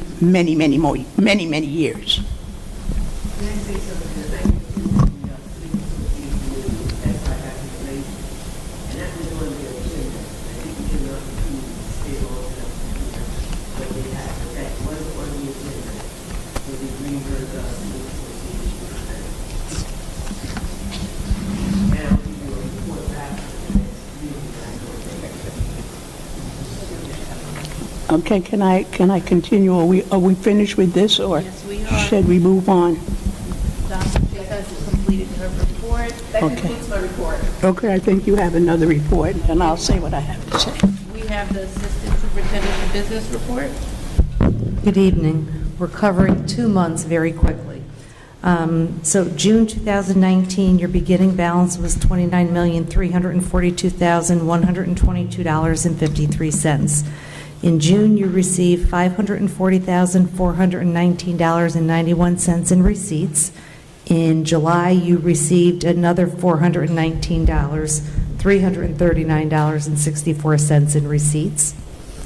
The month of June, you issued $6,021,335.12 in payroll checks.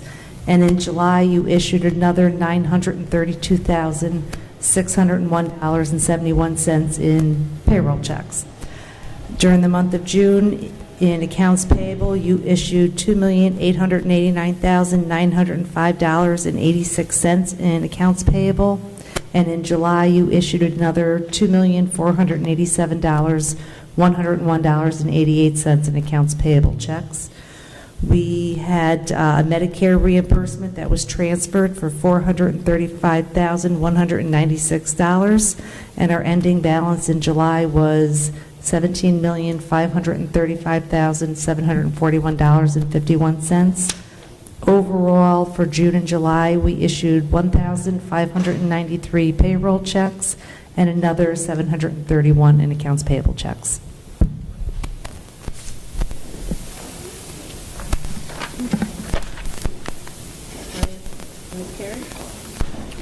I want to ask just 2 questions. The first one is, are we going to be visiting the schools this year so that they can give their, Their budget request? no, each year we go to the schools and they have their programs, tell us what their goals are and stuff. We're going to do that? Okay.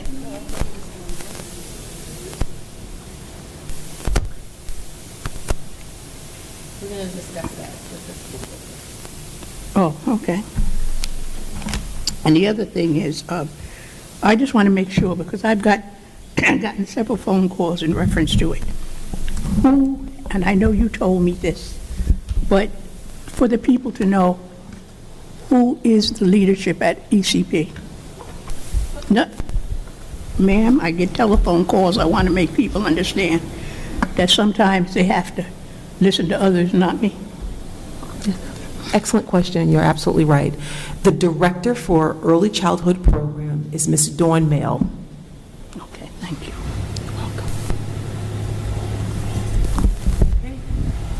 Oh, where is she? Where is she? Her office is located in the main building, which is the old horse stable. Okay. However, she is a director of ECP, whether it's at the main building or Lee F. Jackson Elementary School.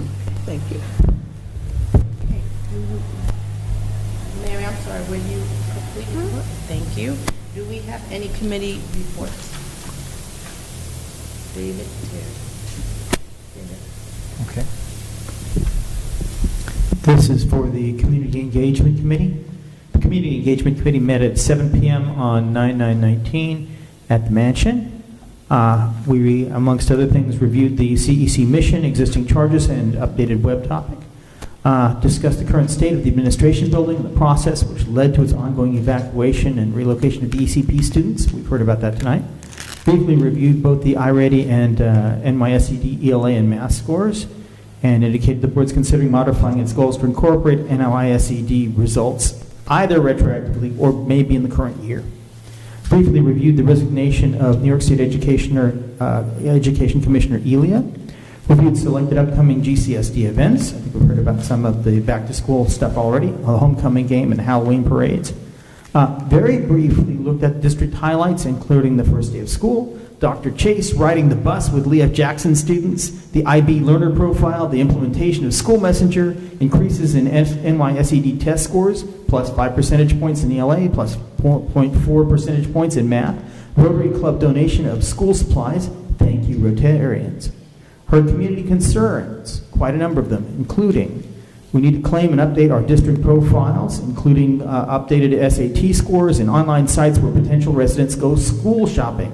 Examples of sites we want to target great schools and niche. R.J. Bailey, thank you to the facilities department for installing sprinklers and planting grass. When do we remove the fencing and actually get to play on it? How many custodians are assigned to R.J. Bailey? Will a note go home to parents regarding a 7th grade science teacher's absence? Yes, it did. Who's up for tenure this year? How are the new teachers' starting salaries determined? I think we heard that tonight. What are our scores on the New York State 8th grade science tests, and how do they compare to our scores in various regions' science tests? We may want to bring Todd Mentor, a guest speaker, in on that. Community members would support a Board of Education decision to combine the Communications Committee and the CEC if we decide to do that, and advise leaving the CEC name intact. A few active communities are better than many inactive committees. Our Facebook account should point to our committee's web topic. We should include 8 p.m. Hard stop time for input from the Board of Education at our meetings. We came close tonight on that. How do you sign up for text message information in the district if you're a community member but not a parent? Dads take your child to school day. I think we already talked about that. Fontes and Pinnell benchmark assessment system is a good methodology for looking at the reading levels of kids up through 6th grade. Last year we piloted grades 3, 5, and 10 for the Chromebook take-home program. What grades are included this year? Lockers are helping R.J. Bailey students deal with the issues of carrying too much weight, including their Chromebooks during the school day. And we're glad about the lockers. Whole bunch of requests for items to put on the district website. Free and reduced lunch versus state aid equity, the thing that we've been talking about whenever we lobby the state senator and assemblyman. We want that up there permanently so everybody can see that. Instructions for using the parent portal, a list of parades Woodlands Marching Band participates in, educational acronym glossary so we know what middle years program, what MYP stands for, that sort of thing.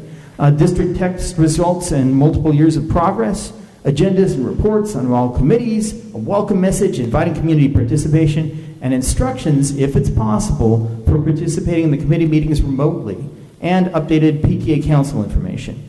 I think there was one addition Tanya had, which was, how do we get more residents who don't have kids in the district to sign up for news, and what kinds of updates would be appropriate to keep them informed without swamping them with too much information that they will only be interested in if they were parents. That's pretty much the feedback from the committee. The next meeting of the Community Engagement Committee is scheduled for Monday, October 28th at R.J. Bailey at 7 p.m. All are welcome. Thank you. Terry? So the Governance and Government Relations Committee will be meeting 7 p.m. Mondays at Woodlands Middle and High School. The dates, we made sure the dates don't conflict with the CEC. And the dates are 9/23. Ivy, you don't have to write this down. I'll send you the email. 9/23, 10/21, 11/4, 12/9, 1/6, 2/3, 3/2, 3/30, 5/4, and 6-1.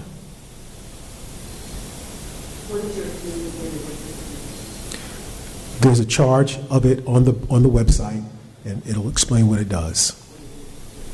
It'll explain what it does. The two committees are governance and government relations. And Mr. Williams, can you clarify which committee will be meeting at which time? Because they're two separate. Sure, governance will meet first. Okay, thank you. Okay, are there any other reports? I don't have a report that I able to consider the work session, but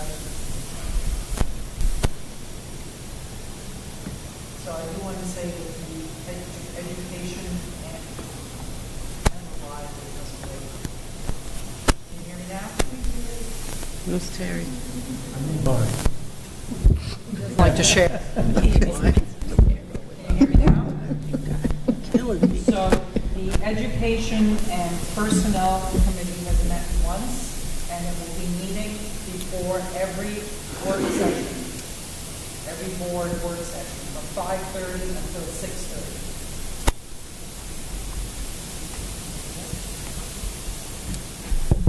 So the next meeting is October 2nd, 5:30. October 2nd,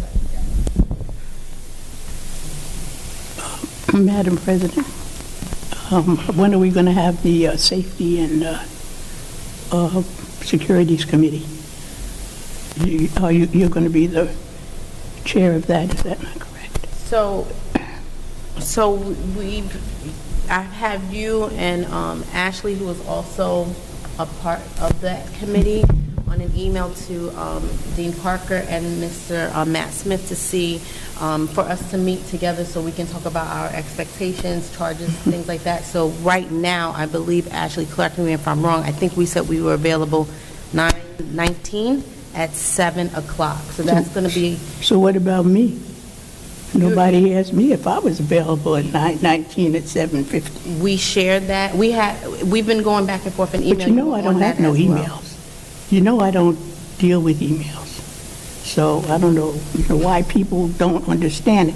I don't deal with emails. I don't deal with computers, laptops, them little funny things that you have there. None of them things I deal with. So you have to have hard copies or give me a call on my telephone and leave a message. So, Ms. Carey, let me apologize. I normally, with Ivy, have had her reach out to you. I didn't for this one, but that's where we're at right now. Okay.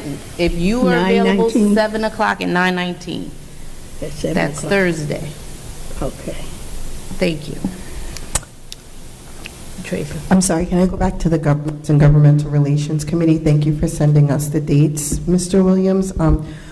I also did ask, and you'll recall, Mr. Pineda, Mr. Williams, and I think Madam President was on that email, that the dates not conflict with the Woodlands High School Scholarship Fund, since I am a member of that fund.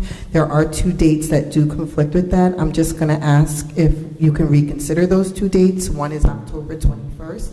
If I have to miss, I will. We'll absolutely reconsider and work around your schedule. The second one is June 1st, and I cannot miss that one because that's the award ceremony for the Woodlands High School We will Scholarship. work around your schedule to accommodate you. Thank you.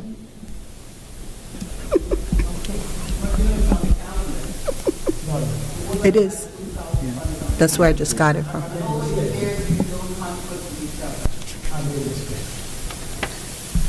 Okay, are there any other reports? All right, we are up to C, approvals. Instructional personnel items, section D. Motion to approve the instructional personnel items presented to the board this evening for approval. So moved. Second. All those in favor? Aye. Any opposed? Any abstentions? Okay, the motion carries. To non-instructional personnel items, section E, we have an amendment to non-instructional item E11. The notation should read, M cancels resignation effective 9/17/2019. Motion to approve the non-instructional personnel items presented to the board for approval this evening as amended. So moved. All those Second. Second. All those in favor? Aye. Any opposed? Any abstentions? The motion carries. Board action items, section F. Motion to approve the board action items presented to the board for approval this evening. Need a motion? So moved. All those in favor? Second. Second. All those in favor? Aye. Any opposed? Any abstention? Okay. Finance items, section G. Motion to approve finance items presented to the board for approval this evening. Second. Second. All those in favor? Aye. Any opposed? Any abstentions? Okay, the motion carries. Business section, business items, section 8. We have amendments to the business items. Items H4, H5, and H8 are tabled until... Am I reading that to the business items? Yes. Tabled. Motion to approve the business items presented to the board for approval this evening as amended. So moved. Second. All those in favor? Aye. Any opposed? Any abstentions? Me, it's abstention. I don't know where we are, what we're doing, but I'm abstaining. Okay, Ms. Carey, that was just on page 3 of 21, business item number 5. That's where we just were. We're on where? Page 3. Page 3 of 21. They put them up front.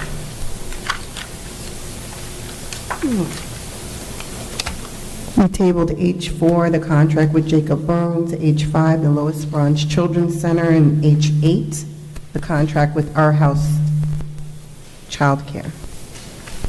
Well, you all just go ahead along. I'll find you somewhere.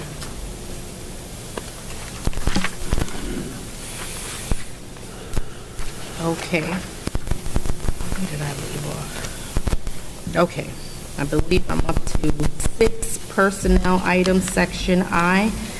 There is an amendment to pupil personnel item I-1.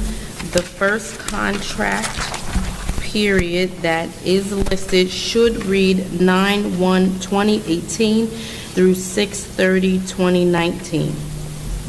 Motion to approve the pupil personnel items presented to the board for approval this evening as amended. So moved. Second. All those in favor? Aye. Any opposed? Any abstentions? The motion carries. Okay.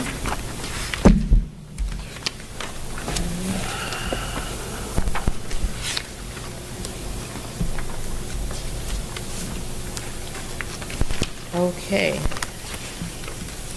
We are now up to J, our closing items, new business. So I have one item. We have an addendum to the agenda.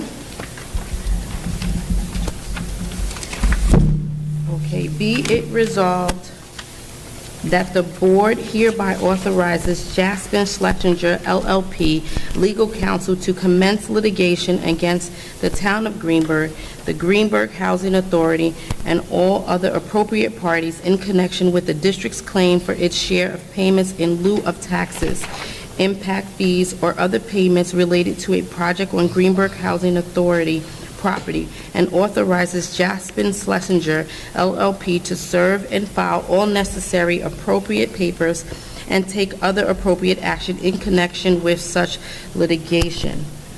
Is there a motion to approve the resolution? So moved.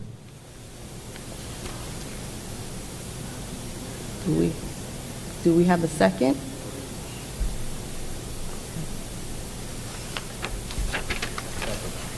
Second. All those in favor? Excuse me, can we have discussion on the motion, please? Yes, I'm sorry, discussion on the motion. Sure. So, emphasize to my colleagues here on the board that we should pass this resolution. And this is why. And I wish Ms. McGee was here because she brought up the issue of money and finances very, very poignantly this evening. And everybody pretty much talked about issues that had to do with money. And basically, money is the lifeblood of any school district. We might want to say children are the lifeblood, but it's money. Because if we don't have adequate money, we can't provide the programs for the children that the children need. So, and we all understand that the money for a school district is primarily from property taxes. And why are, from property taxes. Wealthier school districts, higher property values, more revenue. Less wealthy districts, less revenue. And as I gave to my colleagues earlier this year, at the start of this year, and I'll give to any of you all, there was a news story from a few years ago, and these stories come up every year of the positive correlation between wealth and achievement. You can make all the arguments you want about all the other stuff, but it's a positive correlation for all of my mathematicians here and scientists. That's a fact. So what is this issue about? So last school year, the town of Greenburgh came to us with a proposal to redevelop existing affordable housing on Manhattan Avenue. Because it's affordable housing, it was never on the tax rolls. There was a pilot that should have been paying us some money, but that didn't happen, and that's another issue. When they proposed this to us, they wanted to give us $20,000 a year.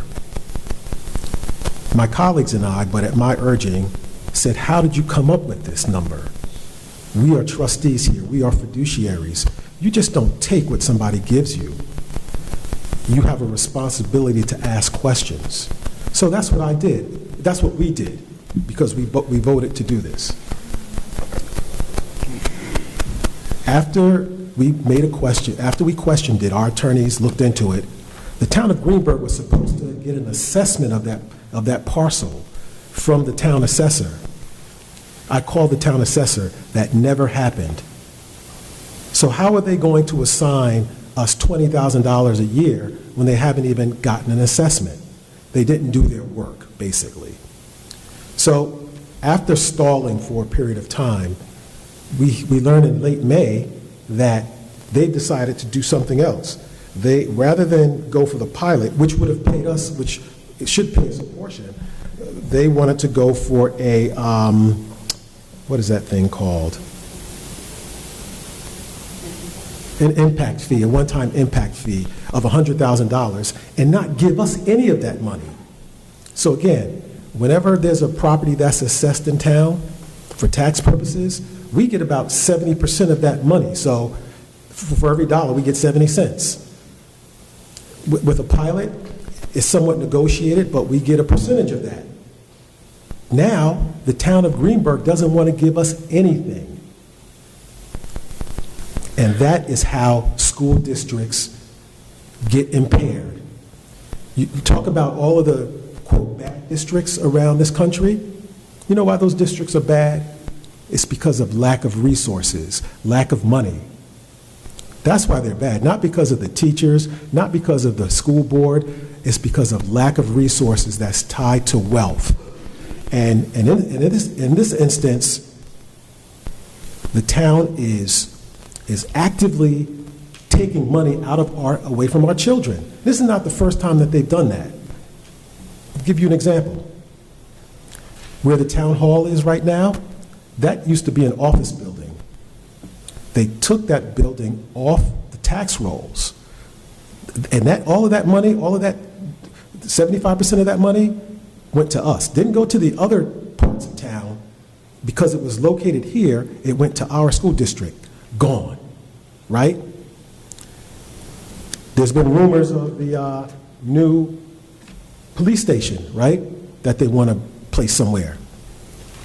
Some of the parcels that have been discussed is in our school district. Leaving the tax rolls. More money out of our pockets not available for our children.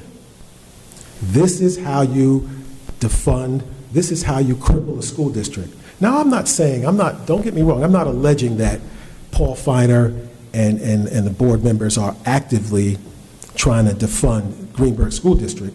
But what I am saying to you is this: they view us as their last resort for helping balance their budget, to manage their budgetary issues.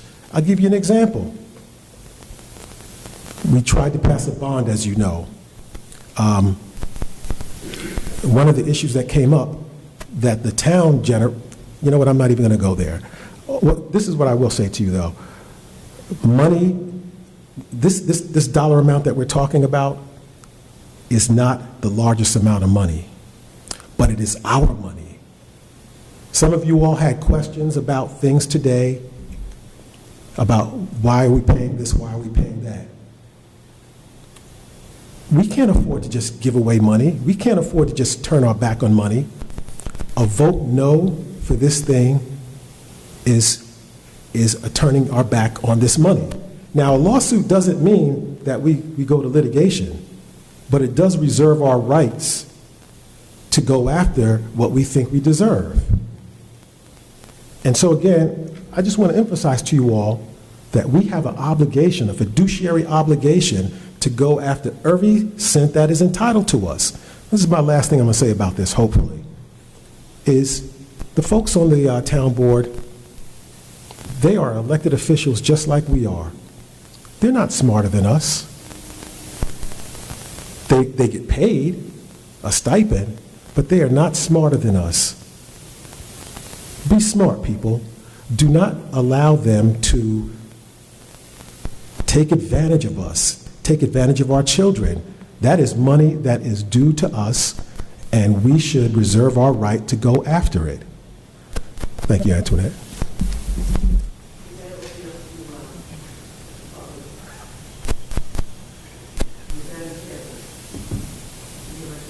I'm going to poll the board so that we can. Okay, two things I want to emphasize. First, regardless of whether this passes or not, we are not trying to stop the project. We're not trying to make the senior project not expand. So we're not trying to take senior housing away from anyone, okay? This is not about that. The second thing is that when I look at this, I look in terms of like risk versus reward. And I'm seeing that there's a total of $100,000 in the pot. We're probably only entitled to a maximum of about $60,000. It might cost us $20,000 to litigate, so 60 minus 20. So we could clear $40,000 off of this thing, or we could lose and be out $20,000 for legal fees trying to have it happen. If we start the thing and then settle, well, then the total from the $60,000 will go down.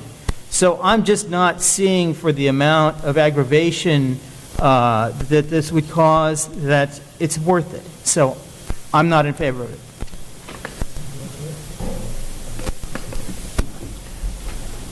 Obviously, everybody's entitled to their opinion about this, and I don't challenge anybody's opinion on it. But I will say this, two things. I don't care if it's $20. If it's my money and it's the money for our children, that's what I'm going after, number one. And number two, I do want to emphasize David's point. This is not against senior housing. I'm for senior housing. But trust and know that nobody works for free. The developer who is going to do this project is going to be paid handsomely at the expense of our children. I understand that there's a risk reward. Every time we have a lawsuit, and you all know we've had a lot of lawsuits, our attorneys keep us abreast of when that risk reward ratio starts to get out of balance, and we can determine if we want to go forward. This vote today reserves our right to keep this process open, and it's important that we go after every penny. You all heard today about the problem with resources, problems with money. we are not in a position to turn down any money that is rightfully ours. And the last point I'll make, hopefully, is this. We would not have a resolution crafted by our attorney if there were not a reasonable expectation that we could be successful. We may not be successful because you don't know, but the fact that the resolution is crafted implies that there is a reasonable expectation that there is case law that says that people have successfully pursued this type of recourse, this recourse.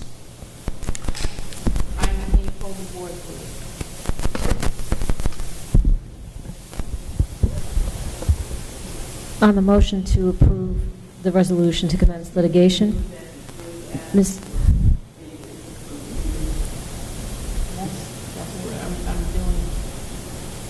Please pull the board.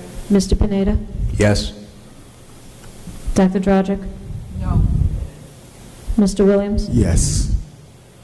Ms. Mayers? No. Mr. Warner? No. Ms. Carey?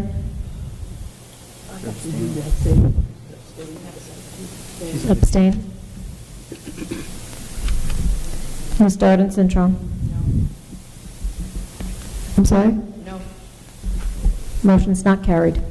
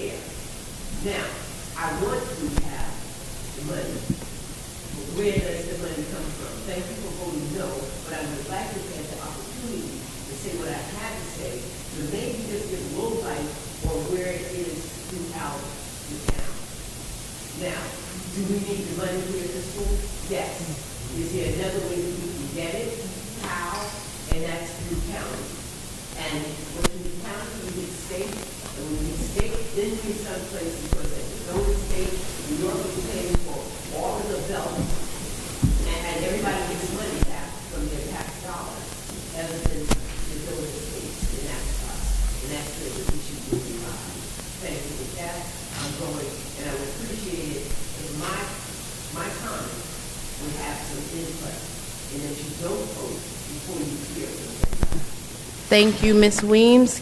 Can I get a motion to adjourn the meeting? So moved. Sorry, I had I'm sorry, I had a new old business item. I wanted to say that we never got a chance to come together for a special meeting. We have evaluations to complete, goals to complete, and I know we were supposed to send our schedule to Ivy, but we couldn't come up with a date. So what do we want to do? There's things that we have to address. How about we try for another date? I think we just need to try again. Okay. Okay. All right, thank you. Can I get a motion to adjourn the meeting? So moved. All those in favor? Second. Second. Aye. Aye. Anybody opposed? Yeah, I am. Meeting is now adjourned. Thank you.